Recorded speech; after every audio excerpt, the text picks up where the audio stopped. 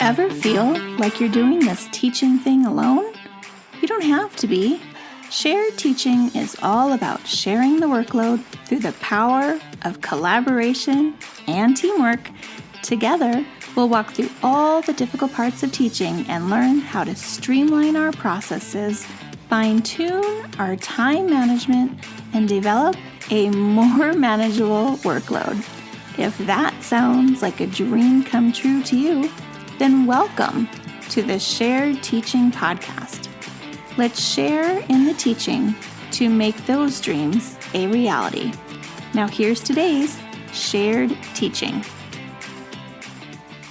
Hello and welcome back to the Shared Teaching Podcast. This is your host Susan and you are listening to episode 164.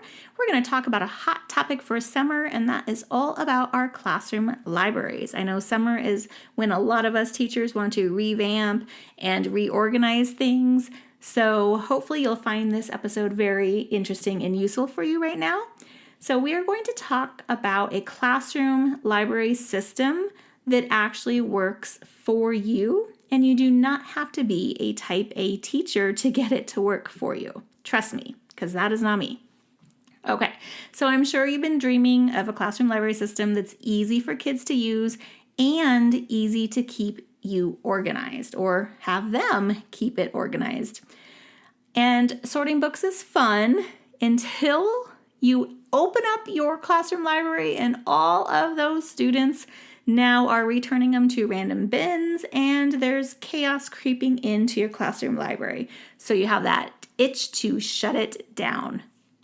But if you follow my system, it's going to work beautifully for you. It's going to last for years.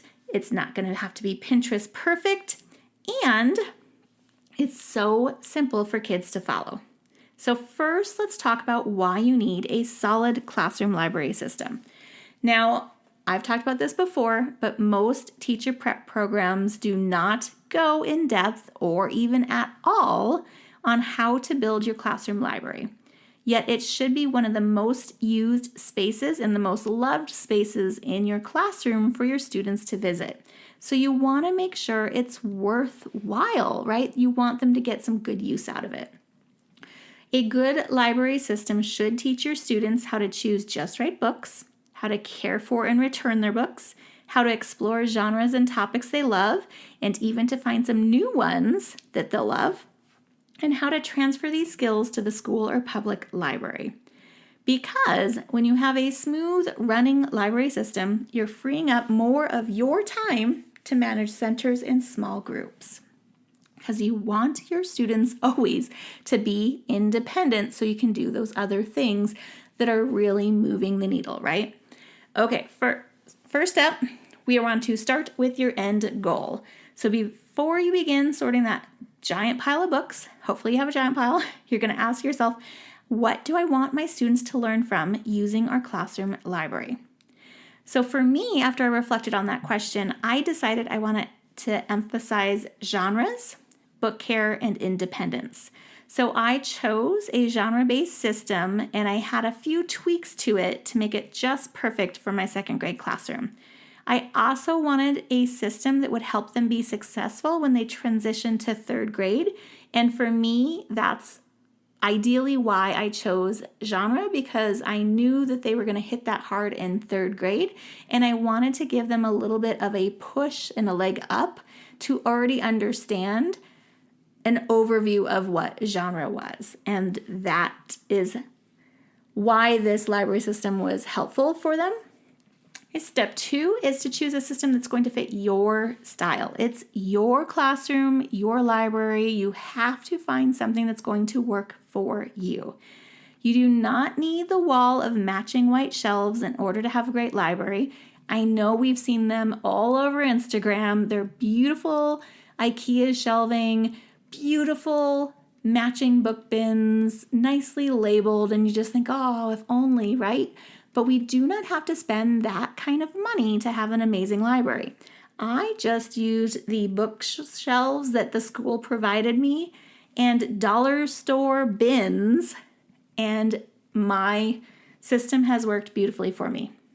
And it looks great. I have a lot of good feedback on my colored bins when people see my library. And I've had them for, I don't even know. Let's see, well over 15 years, I want to say, that I've had these book bins, and I used them for first grade and I've used them for second grade. Okay, so here is how my classroom library is set up. I have fiction bins, which are my colorful bins, and then I have nonfiction bins, which are my clear plastic bins. Now there is some overlap because I don't have enough of the colorful bins to go around for everything, so I started doing the two colors. And so there's a little bit of an overlap. And then I have favorite topics and authors. So I have dedicated bins, things like Mo Willems, where I have like a lot of books of his. I have classroom favorites. I have easy readers, so that the students that need those just go to those. Or if they're mentor text I'm using for our writing units, I'll put them in the class favorites, and then they can go back and reread the stories that they loved that we read together in writing time. And of course I have genres. So the genres are labeled very clearly, and they have both a word and a matching picture. So for those struggling readers, yes, you have them even in second grade, they can look at the picture and match, or look at the letters and match. And then of course every book and bin has a matching sticker that makes it super, super easy for reshelving.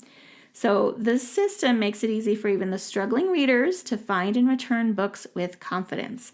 So find something that works for you. Again, Dollar Tree is where I got my colorful bins. They are no longer available because I have had them for many, many years, well over a decade. So what you can do instead is, I've heard Target has nice colorful bins this time of year. Hobby Lobby, I've seen Michael's having some really cool colorful bins. Lakeshore, if you get a nice Donor's Choose, you can totally get colorful bins from places like those, even Amazon. So look into Donor's Choose if you want to deck out your classroom library in matching bins. That's an easy way to do it without it coming out of your pocket. All right, step 3 is you want to build routines around the system. So here's how I teach my students to keep the library organized.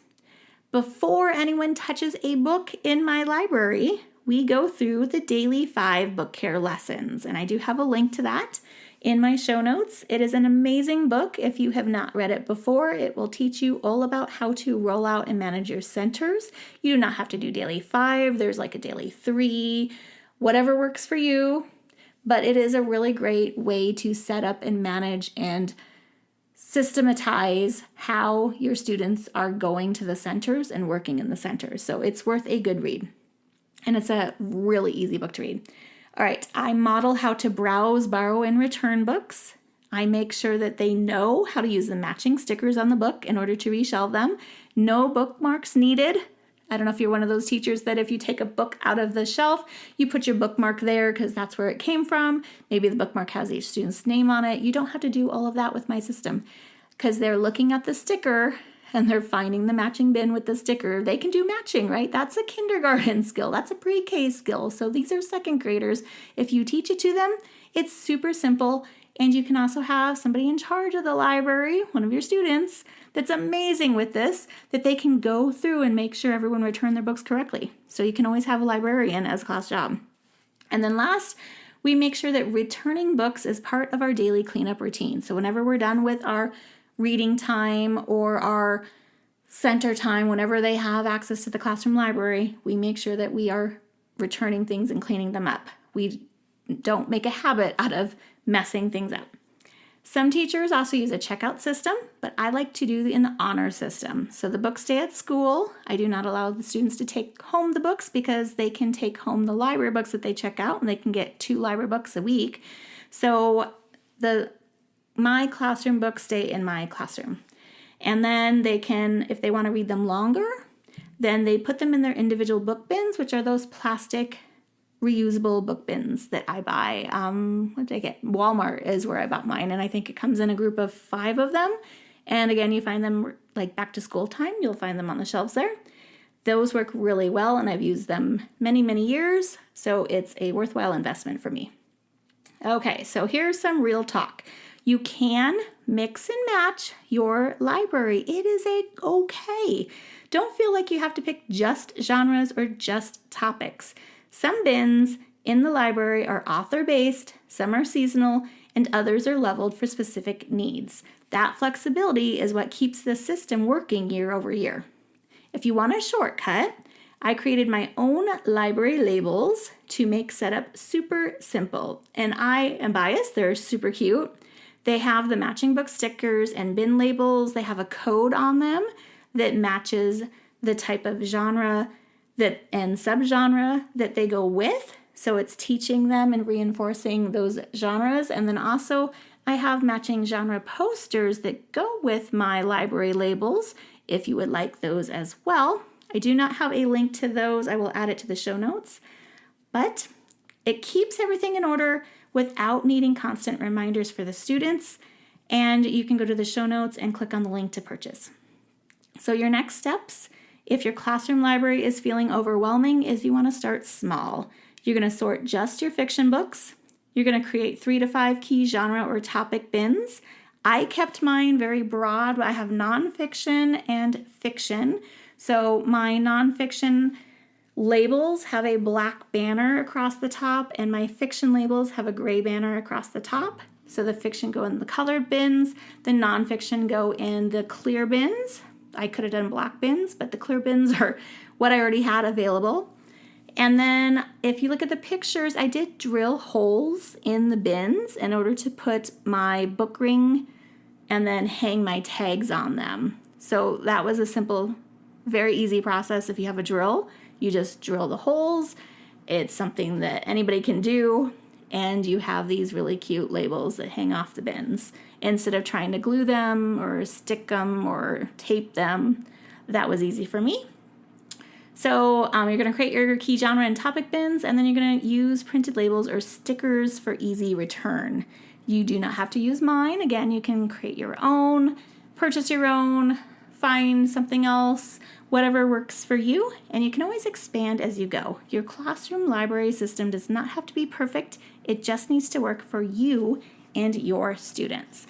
If you'd love to hear some more on this topic, you can listen to the podcast or read the blog post on podcast episode 61, where I talk about my classroom library organization, a system that works, where we go through how the students browse, how they check out the books, all that good stuff.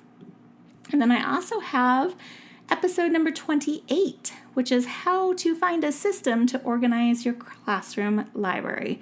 So we go a little bit more in depth about why you would pick genre versus something else, maybe author tubs, and I kind of go through the thought process behind how you would choose those different library organization styles. And then last but not least, in July, I don't know if you've heard, I am going to be part of the Educate and Rejuvenate conference. Very excited. I love doing it. I did it over the winter. Now I'm doing it over the summer. I believe it's July 15th and 16th. So you want to make sure you grab your ticket for that. It is only $5, which is such a bargain for all the great presenters that are going to be on there. And of course, I'm on there talking about writing. Can't miss it. So if you would like to sign up for the Educate and Rejuvenate conference for only $5, make sure you check the show notes for that. And stay tuned for next week, where I'll have an all new blog post and podcast episode ready for you. Bye for now. If you've loved this show, then join me in sharing the teaching, hitting that subscribe button, and leaving us a review on iTunes, so we can be found by more teachers like you who are ready to start sharing the workload. I hope you've enjoyed this episode. Find new episodes each week on sharedteaching.com. Thanks for listening to the Shared Teaching Podcast.